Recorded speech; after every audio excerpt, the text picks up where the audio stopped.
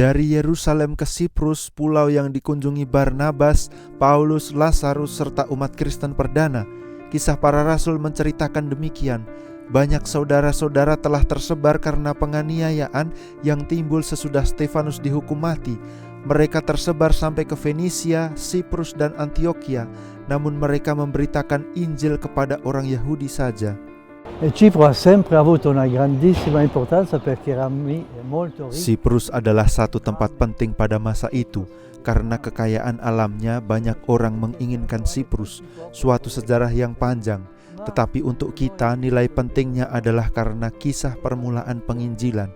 Kisah para rasul menceritakan bahwa di Antioquia di Syria terdapat sebuah komunitas beranggotakan nabi-nabi dan pengajar.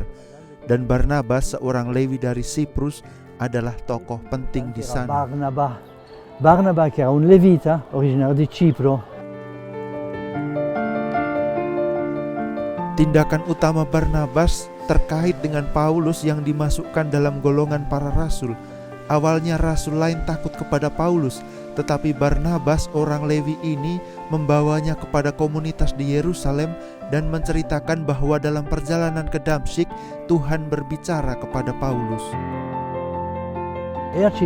Di Siprus ada makam Barnabas.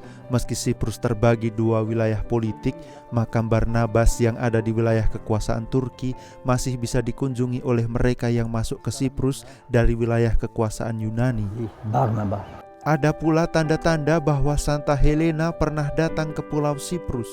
Santa Helena, quando ho ritrovato la croce, voleva portare un grande pezzo a Roma, ha preso la nave. Santa Helena ingin membawa potongan besar relikwi salib ke Roma. Ia naik kapal dan berhenti di Siprus. Itu kita tahu dari beberapa sejarawan. Ada Sotsomeno, Cyrillus dari Yerusalem, dan Theodorus dari Syro. Di Siprus, Santa Helena, ibu Kaisar Konstantinus, dikenangkan di seluruh pulau dengan pesta meriah. Ada pula biara Stavrovoni yang bisa dikunjungi. Il monastero di Stavrovoni si visita ancora oggi. Lazarus juga mempunyai kisah tersendiri di pulau Siprus. Lazzaro è morto a Betania, la sua tomba si vede di là. Dopo la resurrezione, gli ebrei Kita tahu bahwa Lazarus mati di Betania, makamnya ada di sana. Sesudah dibangkitkan, orang-orang Yahudi ingin membunuhnya. Injil Yohanes menceritakannya dengan jelas.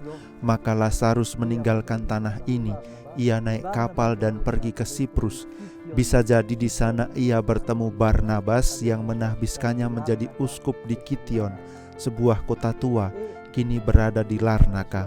Di sana ada makam Lazarus. Kaisar Leo ke-6 membangun gereja yang indah pada tahun 900 dan ia membawa relikwi Lazarus ke Konstantinopel.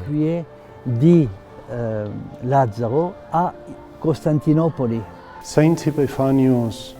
Santo Epifanius mengisahkan bahwa Lazarus ada di sini selama 30 tahun. Relikwinya ditaruh di makam di bawah gereja. Kita tahu bahwa banyak gereja ortodoks yang dibangun di atas makam orang kudus. Tahun 890, relikwi ini ditemukan di makam yang ada di bawah gereja. Kaisar Leo ke-6 meminta supaya relikwi ini dibawa ke Konstantinopel. Dan hanya sebagian kecil yang ditinggalkan di tempat ini bisa kita lihat di sini. Kaisar Leo kemudian membangun gereja ini mengikuti arsitektur bergaya Konstantinopel pada masa itu. In the tomb below the church. Well, of course, it's a great Suatu berkat bagi kami di Keuskupan Kition karena kami dilindungi oleh Santo Lazarus. Dia adalah Santo Pelindung Larnaka. Umat berdevosi kepadanya. Banyak orang datang dan berdoa di sini. Pada masa Prapaskah diadakan pesta Santo Lazarus di gereja ini. Many people come every day. Pada kesempatan berikutnya kami akan menghadirkan berita mengenai Pulau Siprus, gereja-gereja, dialog ekumenis, serta kehadiran pengungsi di sana.